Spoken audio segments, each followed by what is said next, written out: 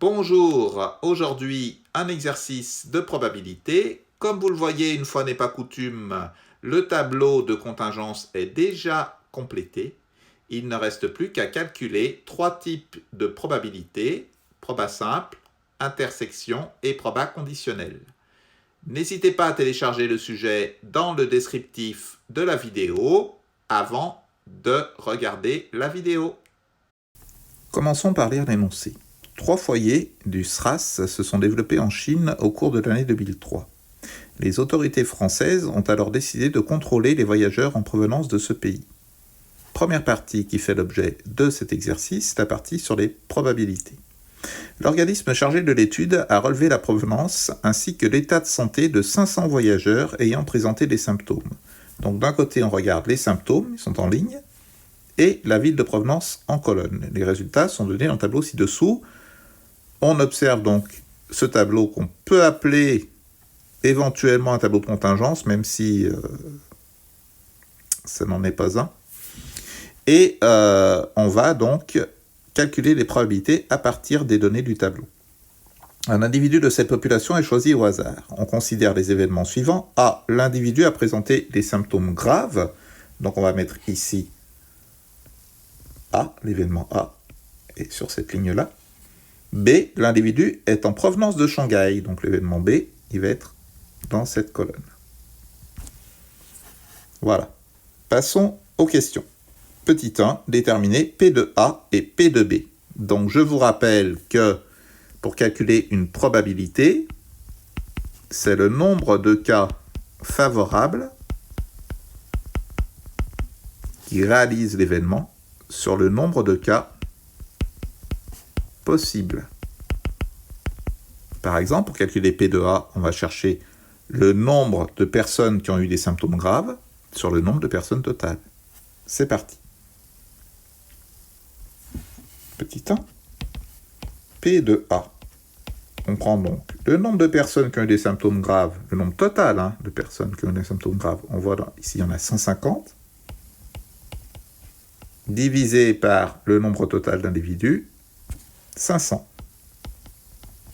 150 divisé par 500, ça fait 0,3. Il n'est pas nécessaire de faire de phrase, car on nous demande de calculer P de A, tout simplement. P de B, on fait exactement pareil, sauf que B, c'est les individus qui proviennent de Shanghai. Donc, le nombre de cas favorables, c'est le nombre d'individus ici dans le tableau qui proviennent de Shanghai. Il y en a 200. Divisé toujours par le nombre total d'individus, n'a pas changé, c'est 500. 200 divisé par 500, ça fait 0,4. Voilà. Lorsqu'il n'y a pas d'intersection, pas de condition, on prend toujours, vous voyez, les effectifs situés dans les colonnes totales.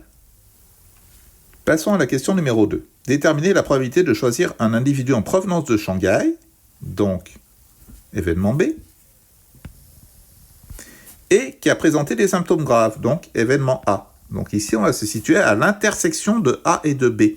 On note ça, B inter, et ça signifie intersection, B inter A.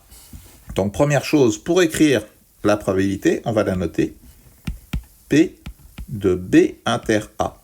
On aurait pu noter A inter B, c'est exactement pareil. Ça veut dire B et A, l'individu vient de Shanghai et a des symptômes graves. Et donc dans le tableau, cette fois-ci, on va rechercher l'intersection de la colonne Shanghai et de la ligne symptômes graves. Il y a donc 70 personnes, vous voyez, qui viennent de Shanghai et qui ont des symptômes graves. Donc le nombre de cas favorables, ça sera 70. Sur, toujours pareil, le nombre de personnes totales, le nombre de cas possibles, ça sera 500. 70 divisé par 500, ça fait 0,14. Ici, on a posé la question avec une phrase, donc on va répondre par une phrase. La probabilité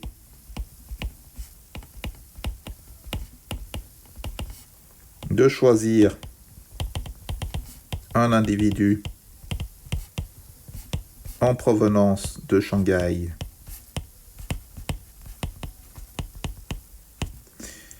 et ayant présenté des symptômes graves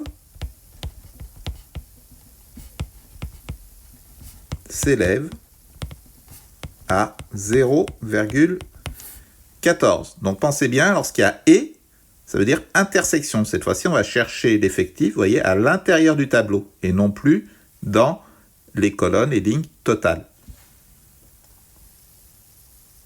Question numéro 3. Il faut déterminer la probabilité de choisir un individu ayant présenté des symptômes graves, sachant qu'il vient de Shanghai. Donc c'est différent. Vous voyez bien que là, il vient de Shanghai et il a des symptômes graves. Là, il a des symptômes graves, sachant qu'il vient de Shanghai. Donc cette fois-ci, c'est ce qu'on appelle une probabilité conditionnelle. Je vous rappelle la formule ici sur la droite. P de A sachant B, vous voyez la condition on la met en tout petit ici, c'est égal à P de A inter B, intersection, sur la condition, ici c'est B, P de B. P de A sachant B, c'est P de A inter B sur P de B. J'applique ça à la question. On vous dit, déterminer la probabilité de choisir un individu ayant présenté des symptômes graves. Donc les symptômes graves, c'est A. Sachant qu'il est en provenance de Shanghai, c'est B. Donc ça tombe bien, c'est exactement la formule que j'ai mise à droite. On cherche donc P de A, sachant B.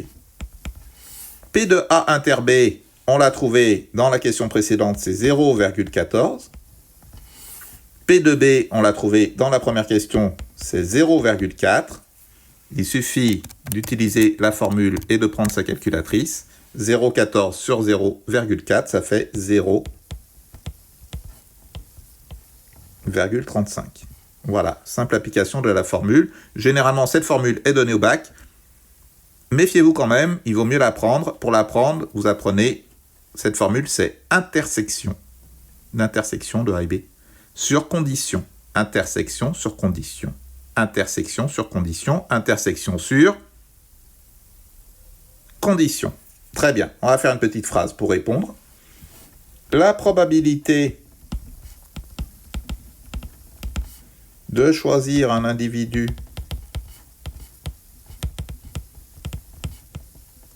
ayant présenté des symptômes graves, il suffit de recopier la question, hein, sachant qu'il vient de Shanghai, on va faire plus simple, s'élève à 0,35. Voilà, donc là on a bien les 3 étages de la fusée, ok. Premier étage ici, question 1, on va chercher des probabilités simples. Donc dans votre tableau, vous allez prendre les effectifs totaux et diviser par le total général, ok. Deuxième étage de la fusée, deuxième type de question que vous pouvez avoir, on va chercher les probabilités liées à des intersections. Donc cette fois-ci, vous voyez, on va prendre l'effectif au sein du tableau, à l'intérieur du tableau, et on va diviser par l'effectif total. Troisième possibilité, ce qu'on appelle les probabilités conditionnelles, eh bien on va appliquer la formule intersection sur condition. Donc on va pouvoir utiliser généralement les résultats des questions précédentes pour calculer la probabilité conditionnelle. Je vous invite à regarder d'autres exercices de probabilité, car quelquefois, on utilise aussi le tableau pour trouver les probabilités conditionnelles, et ça, je l'explique largement dans d'autres exercices. Cet exercice est terminé, nous avons gagné 7 points au bac, c'est quand même bien payé. On se retrouve dans d'autres vidéos. C'est déjà terminé, donc on se retrouve prochainement pour de nouveaux exercices. À bientôt.